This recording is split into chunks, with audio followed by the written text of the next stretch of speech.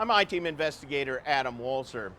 In Florida, experts predict the vote by mail to increase by 50% this year due to the coronavirus pandemic. Even before the pandemic, state lawmakers passed new reforms aimed at improving the vote by mail process. But some fear their votes could be tossed out or not counted. In November 2000, election night in Florida stretched past Thanksgiving Day as elections officials tried to interpret dimples and hanging chads on butterfly ballots. 20 years later, experts warn the outcome of another close election could depend on how well the signature on your mail-in ballot envelope matches the one on file at the elections office.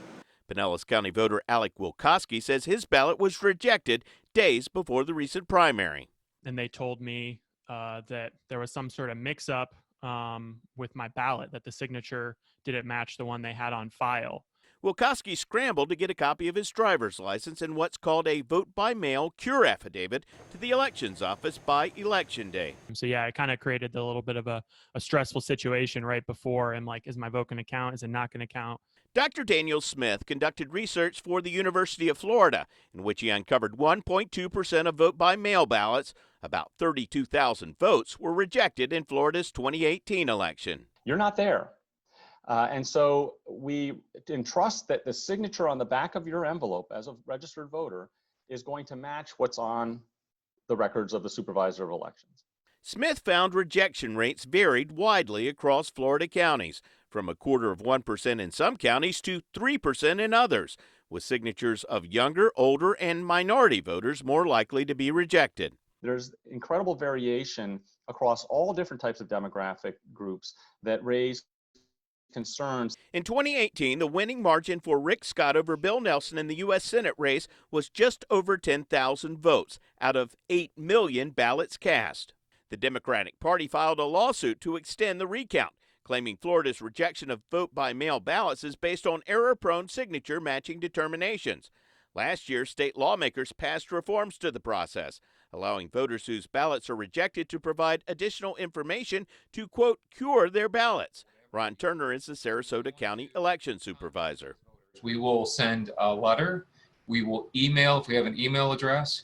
We will call them if we have a telephone number and or text message. Turner said many ballots with issues in his county were corrected before the deadline in the recent primaries. We ended up rejecting a total of 170 ballots. But in neighboring Manatee County, 1,000 ballots were rejected. Dr. Smith says about 20,000 primary mail-in ballots were rejected statewide. And so you could be using a signature, the exact same signature with the exact same signature that's on file, and in one county it is deemed not valid, in the other it is valid. In Sarasota County, computers determine whether most signatures match. We're going to take that vote by mail signature on that envelope, and we're going to compare it to what the voter has in their record. That signature in the voter record may have come from the DMV, one of the most common places to register to vote. And you're using a little stylus and you're trying to get your signature in. When I look at my driver's license signature, it doesn't look anything like my signature. If a computer can't make a good match, then that goes to human sets of eyes. Forensic document examiner Sina Wong says county elections officials may not know what to look for. You have people in the elections office that are doing a job comparing signatures which they are not qualified to do, and that is of great concern. Sina Wong testified about the infamous ransom note in a civil trial connected to the John Benet Ramsey murder case, and in a 2018 Virginia election fraud case in which congressional candidate Sean Brown was removed from the ballot after Wong found hundreds of forged signatures on a petition to qualify her for the election. Wong says our signatures change over time and can be affected by age, illness, injury, medication, mood, or even the type of pen we use.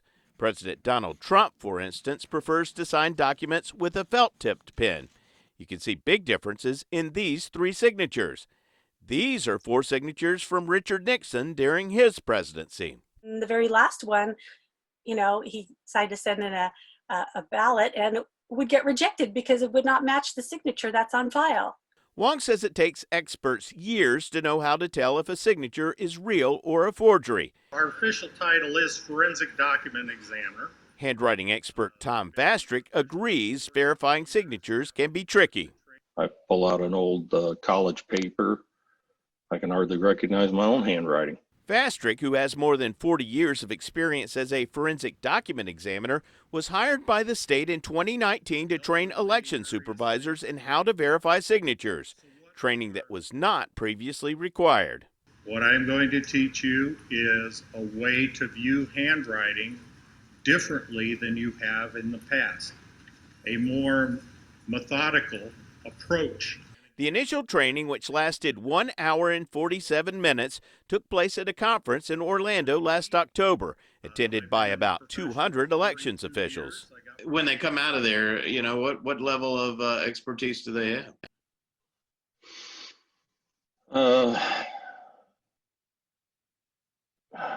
Well, compared to a forensic document examiner, they don't. But for an average layperson, it's fairly significant. Ron Turner, who was among 200 elections officials Vastrick trained, says he learned plenty. That we have to be able to prove beyond a reasonable doubt that this isn't the voter's signature. But Wong fears there could still be too many questionable signatures, coming in too late to all be cured.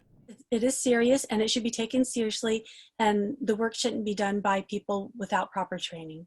Elections officials say that if you plan to vote by mail and have not updated your signature in recent years, you should do so before the election. They also remind voters to make sure to sign the outside of that ballot envelope and include their phone number and email so the elections office can contact them as soon as possible if there is a problem. I'm I-Team investigator Adam Walser taking action for you.